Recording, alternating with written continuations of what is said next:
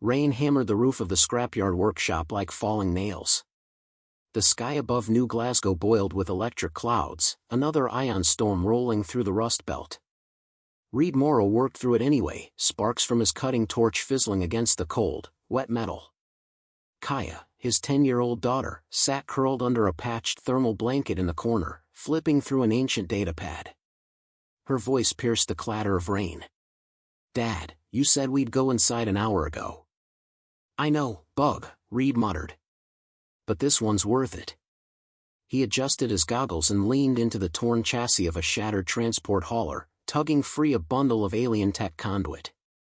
His fingers, calloused and burned from years of engineering, moved with precision. One wire out of place and the whole thing could arc and fry. Behind him, lightning lit the sky in brief blue flashes. It revealed the silhouette of something massive, buried deep beneath the wreck. Kaya saw it first. "Dad, what's that?" Reed turned, torch sputtering out. The shape was unmistakable. Towering. Curved armor. Massive shoulder joints. A mech. Half buried, lost to mud, vines, and time. Not one of the old Earth models. This was sleek, alien, and untouched. Reed moved fast, his breath caught between awe and calculation. "Cover your ears." With one blast from his pulse jackhammer, the ground cracked. The shell of the mech lurched as debris slid off, revealing more. Its obsidian hull shimmered even under centuries of grime. Symbols etched across the armor pulsed faintly, as if waiting for something. Or someone. Kaya approached cautiously, wide-eyed. "It's huge, like a sleeping dragon." Reed stepped closer, his tools forgotten. "No, it's military grade. Galactic. This thing's not supposed to be here." There were rumors, Mech's used by the ruling alien elite, never meant for Earth's soil. Weapons of power. Sentient cores. All locked behind genetic encryption and neural keys. He should have walked away. Instead, he placed a palm on the surface. It was warm. The panel under his hand hissed and slid open. "Dad?" Kaya whispered. "Why'd it do that?" "I don't know," he said honestly. "But I'm going to find out." Back at their garage lab, Reed worked in a blur. The mech's core module had been extracted and suspended with magnetic lifts. Kaya watched from the steps, munching on a protein bar, her eyes flicking between the mech and her father like she was waiting for something to explode. Reed wired the last bypass into his diagnostic rig and powered it up. Nothing. He frowned. Then, on a hunch, he touched the circuit with his bare fingers. The lights flickered. A pulse of energy surged up his arm. Reed stumbled back, heart racing. "Dad?" "I'm fine." He stared at the core, now glowing faintly.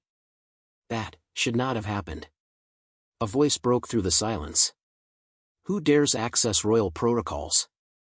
Reed spun. Kaya jumped off the steps. The voice came from the mech's core, a female voice, sharp, regal, and pissed. He blinked. "Who the hell said that?" "You are interfacing with KR-8OS, the war-bound unit of Her Highness, Princess Solari of House Thalrex. State your rank and affiliation immediately."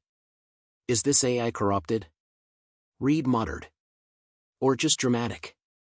"I am not an AI, you primitive grease stain. I'm real. And I demand to know how you've accessed my cockpit." Kaya leaned in. "Dad, it talks fancy. Is it broken?" Reed didn't answer. His hands moved fast, checking for vocal projection sources. The mech had no active transmitters. Which meant, the voice wasn't coming from an external system. "Stop poking at me," the voice snapped. Reed froze. "You're not pre-recorded," he said slowly. "You're live. Obviously. I've been neurally linked to this mech since my escape. Your interference nearly severed my cognitive uplink." "Escape?" Reed narrowed his eyes. "You're piloting this?" "From where?" "I'm in it. And now, thanks to you, I'm disoriented, unshielded, and detectable." Kaya tilted her head. So, wait, is she a ghost? I am a princess, child. Cool, Kaya said, completely unfazed. Reed scratched the back of his neck. If you're a princess, why are you buried in a scrap pit on Earth? Because I was shot down while fleeing an arranged alliance marriage and hiding from an assassin droid planted by my uncle. Happy now? Yeah, Reed said. Definitely corrupted. He turned to his tools. The mech suddenly surged with light. The garage shuddered. Every terminal in the room blinked to life, streams of alien text racing across the screens. Then a sharp buzz echoed from outside. Reed turned to a satellite feed monitor. His jaw tightened. Kaya. Pack your things. What's going on? He pointed. On the screen, a Galactic surveillance satellite had pivoted directly over New Glasgow. And now, it was sending out a ping. Something out there just woke up, he muttered, and now they know. The mech's voice turned serious. You activated the emergency beacon. Admiral Venzik will come. He always comes for his toys. Is he the assassin? Worse. He's the one who built it. Lightning cracked again, closer this time. Kaya clutched her small backpack. Dad, she said softly. I don't want to run again. Reed looked at her. Then at the glowing mech. He'd spent years hiding. Avoiding the war, the politics, the tech that ruined their lives. But this wasn't just another machine. This was something they weren't supposed to have. And he was the only one who could fix it. He straightened his shoulders and faced the cockpit. All right, Your Highness, he said. You want this thing operational? We're going to need rules. Rule 1, she said dryly, don't touch anything without asking. Fine. Rule 2, don't boss around my kid. Acceptable. Reed cracked a rare smile. And Rule 3. He placed his palm on the control pad again, feeling the mech systems surge beneath. We make this thing ours. The garage lights dimmed as the mech recalibrated, its internal systems adjusting to Reed's modifications. Sparks danced along a diagnostic panel while Kaya stood on tiptoe to peek inside the open cockpit. Is it alive now? She asked, voice hushed. Reed tightened a bolt and leaned back, wiping oil from his hands. Not alive. But definitely awake. You say that like I can't hear you, Solari's voice chimed from the mech's core. And I can. Every word. Every crude tool clang. Every time your child calls me weird. Kaya squinted up at the cockpit. You are weird. You talk like you're reading from a history book. I am fluent in 17 dialects, including 4 extinct languages. I could recite the Treaty of Orion backwards. Can you? Kaya crossed her arms. I can count to 70. Backwards. While chewing. Reed almost laughed. Almost. Instead, he opened a side panel, exposing a neural conduit lattice. Look, he said, more to himself than anyone else, I don't know how you're still functioning, but your systems were fused with organic tech.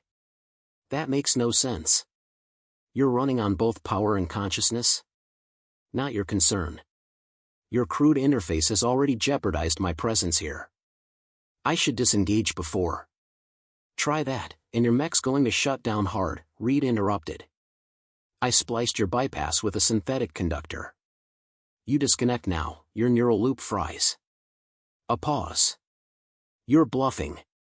Reed tapped a single wire and the cockpit flickered violently. You barbaric genius. Kaya grinned. Told you not to mess with my dad. Reed stood, wiping his hands. Now that we're clear, how about we figure out what the hell you're doing inside a war mech on Earth? Hiding. That's vague. Because details get people killed. Reed sighed. He didn't have time to unravel royal politics. Not when there was a target painted on their garage. The ping from last night hadn't stopped. A Galnet relay had picked up their signature, and it was only a matter of time before boots landed. He stared at the glowing mech core, now humming gently. This thing isn't standard issue. Its power source is alien, sure, but some of the materials in the wiring, I've seen them before. Impossible. This mech is a custom KR class, forged in the crown forges of Valrex. There are only 3 in existence. Yeah, Reed said slowly. And parts of yours have Earth origin markers. A heavy silence followed. Then, quietly, that shouldn't be possible. Kaya walked up to the mech and placed her palm on the cockpit glass. The surface flickered, and for a moment, an image appeared, a hazy memory stream. A cloaked figure sprinting down a hangar bay. Explosions behind her. A mech silhouette awaiting her escape. Reed frowned. What was that? A trace memory. Your child must have triggered a residual echo. She's oddly attuned. Kaya turned. I didn't mean to. I just wanted to say hi. Reed knelt beside her. You okay? Yeah. But she's sad, Kaya whispered. I think she misses someone. Solari said nothing. By midday, the storm had passed. Reed pulled a tarp over the garage roof where the last surge had blown through. He checked the scanner again, still no active threat nearby, but something in his gut twisted. They were on borrowed time. Inside, Solari's tone had shifted. Less snark, more curiosity. You rewired the mech's auxiliary systems in under 2 hours. Without schematics. Without a translator. I don't need schematics, Reed said, adjusting a coolant valve. I've been tearing these things apart since I was 16. The conglomerate dumped enough tech on Earth during the war, some of us figured out how to use it. Your people were supposed to be incapable of neural syncing. We're not. They just never gave us the keys. A pause. Then how did you unlock them? Reed looked up. I didn't. You did. She didn't respond. That night, Kaya slept curled up in a hammock above the garage workbench, clutching her ragged stuffed toy. Reed stared at the mech. You could have left, he muttered. Shut it all down. Gone dark. I couldn't leave the girl, Solari said, quietly. She triggered a memory from before my brother's coup. I remembered my sister, before they silenced her. Reed exhaled. And you think we're similar? No. But I think she deserves better than hiding underground because some royal lunatic wants to keep power. He turned, surprised. That why you ran? It's why I'm staying. For the first time, Reed believed her. At dawn, a high-pitched ping echoed from outside. Reed jolted awake. He ran to the perimeter feed. A black, oval-shaped object had crashed just meters from the garage wall. Small. Sleek. Unmarked. A drone. Reed grabbed Kaya, who stirred sleepily. Up. Now. She blinked. What's happening? Don't ask. Just stay behind me. The drone emitted a faint hum, then extended a thin mechanical arm. It scanned the garage's exterior and began transmitting. Reed aimed a jury-rigged EMP rifle from a second-floor hatch and fired. The blast fried the drone's circuits instantly, sending it clattering to the dirt. Solari's voice rang out. You just triggered an auto-reply protocol. Venzik will see that. I know. Then you're in danger. We've always been, Reed replied. But now? We've got a fighting chance. The sky cracked open at noon. A thunderclap rolled across New Glasgow, but the sound was wrong, too sharp, too calculated. Reed stepped onto the garage roof, shielding his eyes. Through a break in the clouds, a sleek dropship descended, black and silent, no engine trail. Not local. He dropped back inside, heart pounding. Kaya, grab the evac bag. Now. She obeyed without question, slipping on her boots and swinging the bag over her shoulder. Is it the bad guys? Yeah, Reed said, heading to the control rig, and they brought company. They found us faster than expected, Solari said through the mech's console. That's a stealth-class frigate. Venzik's personal detail. Reed looked up. So we're on the VIP hit list. I warned you. He doesn't just recover tech. He erases leaks. Kaya clutched her stuffed toy tighter. We're not gonna let him take it, right? Reed grabbed his toolkit. No. But we're not just keeping it. He turned to Solari's mech core. We're going to use it. Minutes later, Reed climbed into the cockpit of KR-8OS. He slid into the co-pilot's harness. Wires pulsed with alien light, wrapping around his forearms. For a moment, the machine hesitated. Then it responded. Synchronizing neural matrix. Warning, unauthorized pilot. Override with Solari Prime clearance, her voice echoed. Link authorization, granted. The cockpit sealed. Data streamed through Reed's vision, alien runes and status reports cascading across the HUD. He felt weight shift around him, not just metal and hydraulics, but something deeper. The mech wasn't just a machine, it was listening.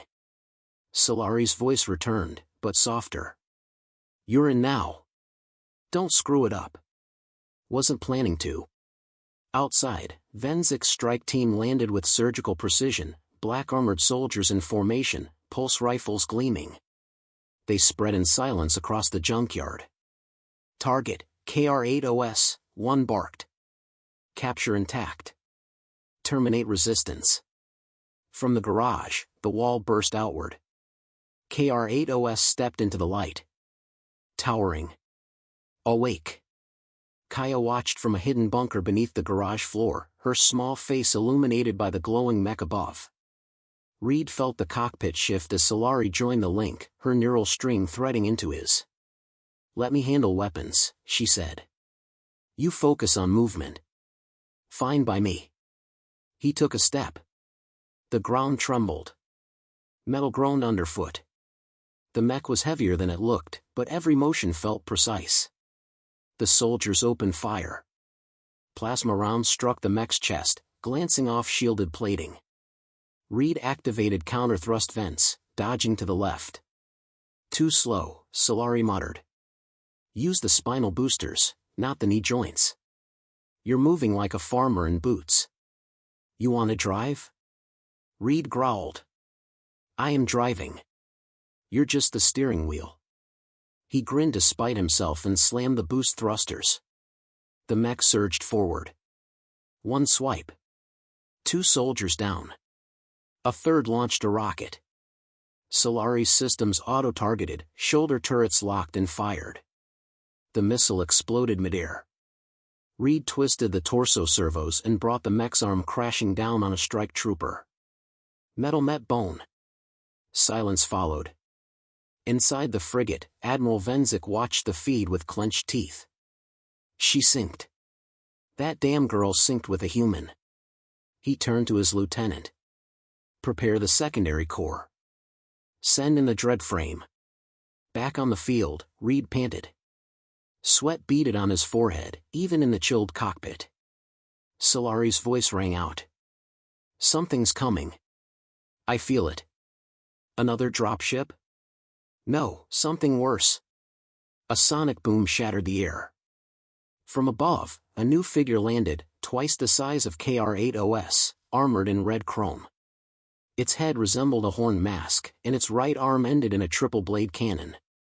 Designation, Dread Frame VZK-01. Piloted remotely. Reed's stomach dropped. That's your guy? That's his pet monster, Solari corrected. And we don't have long. The dread frame lunged. Reed barely sidestepped the first attack. The enemy mech tore through 3 tons of steel behind them like it was foil. You'll need to sink deeper, Solari said.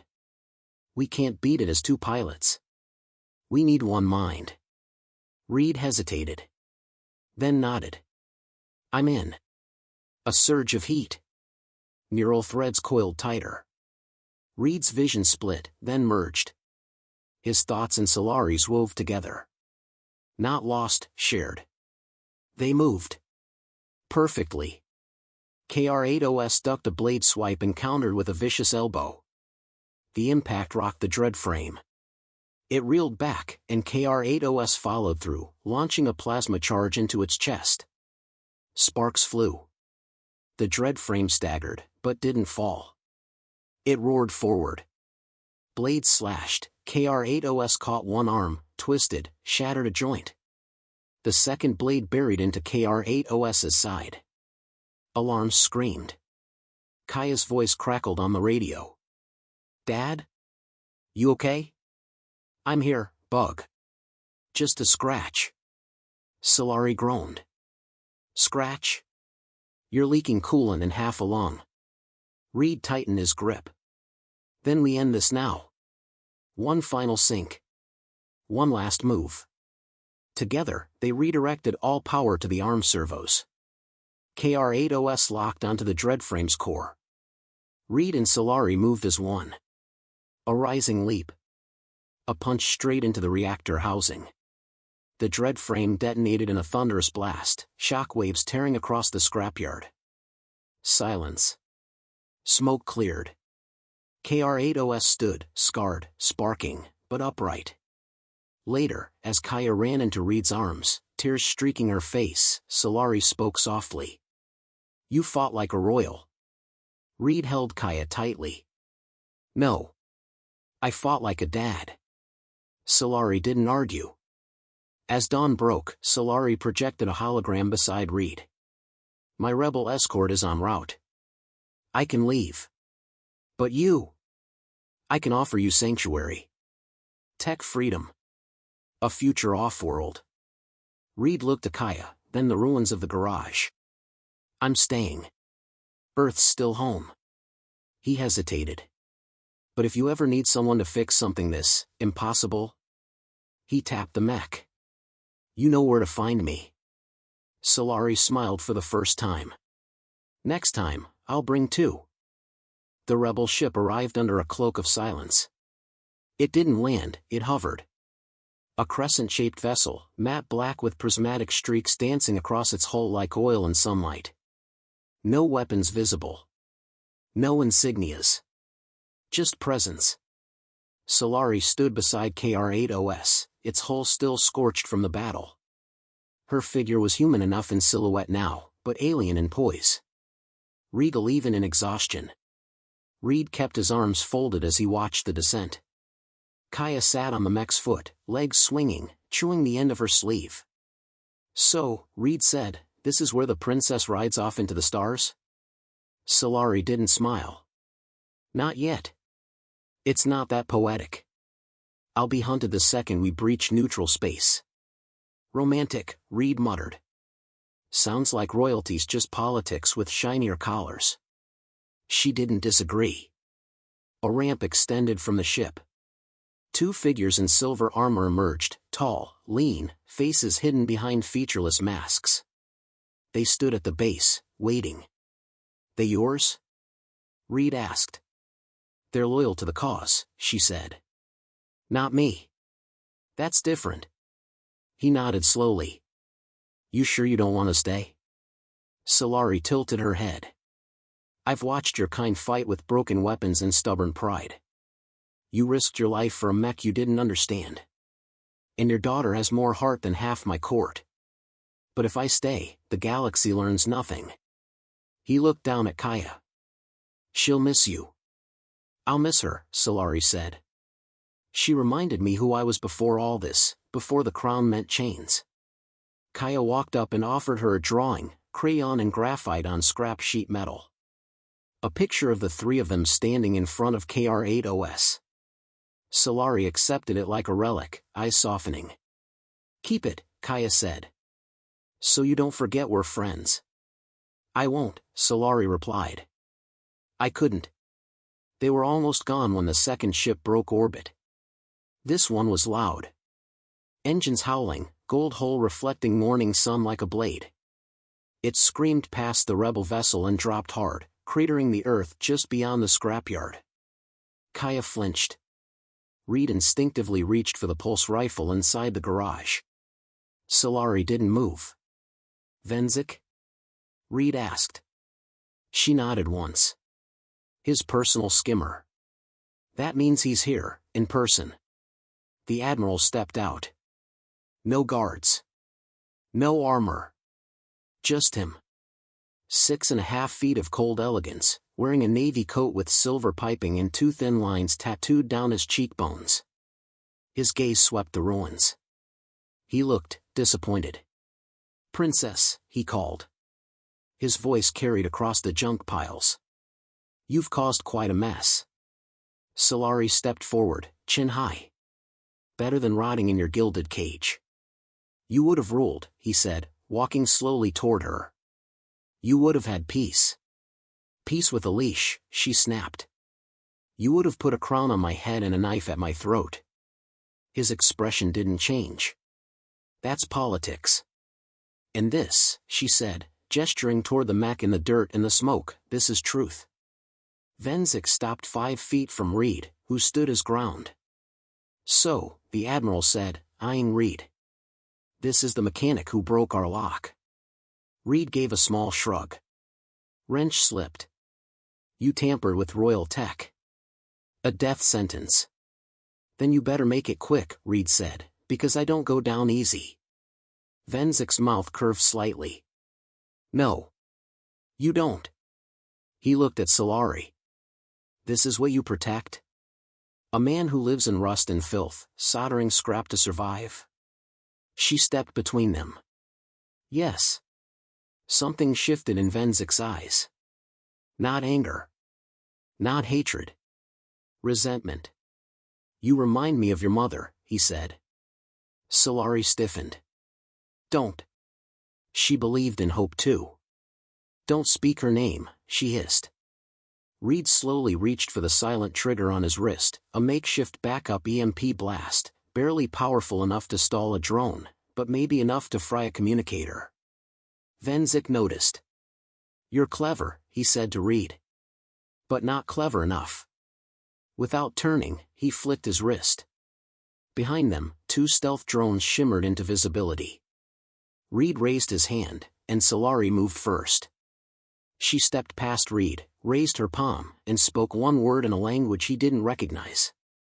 The drones stopped. Shut down. And dropped. Venzik looked stunned for the first time. "You?" "I rebuilt the command failsafe last night," Solari said. "You don't control me anymore." The Admiral stared at her for a long moment. Then he laughed. A short, dry sound. "Then you're no longer my responsibility." He turned. Walked back to his skimmer. The engines ignited. Reed waited until the ship vanished before exhaling. "That's it?" he asked.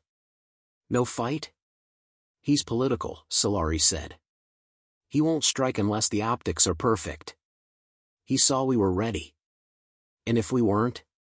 He'd have erased us by now." Later, as Solari boarded her rebel ship, she paused at the ramp. "Reed." He looked up from calibrating the mech's new coolant lines.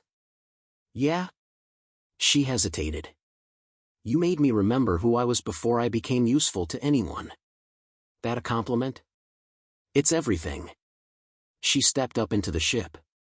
The ramp closed. Kaya waved until the vessel was gone. By nightfall, the garage was quiet again. The battle scars were still there, burned dirt, shattered scaffolds, melted steel, but peace had returned. Reed sat beside Kaya under a half-broken awning, watching the stars. "She'll be okay?" Kaya asked. "She's stronger than she looks." "You like her?" Reed snorted.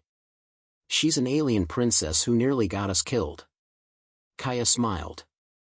"But you like her?" He didn't answer. The stars shimmered. KR-8OS stood silent in the background, partially covered with a tarp. But inside, systems glowed faintly. Resting. Waiting. Reed looked up. And whispered, "Don't be a stranger, Your Highness."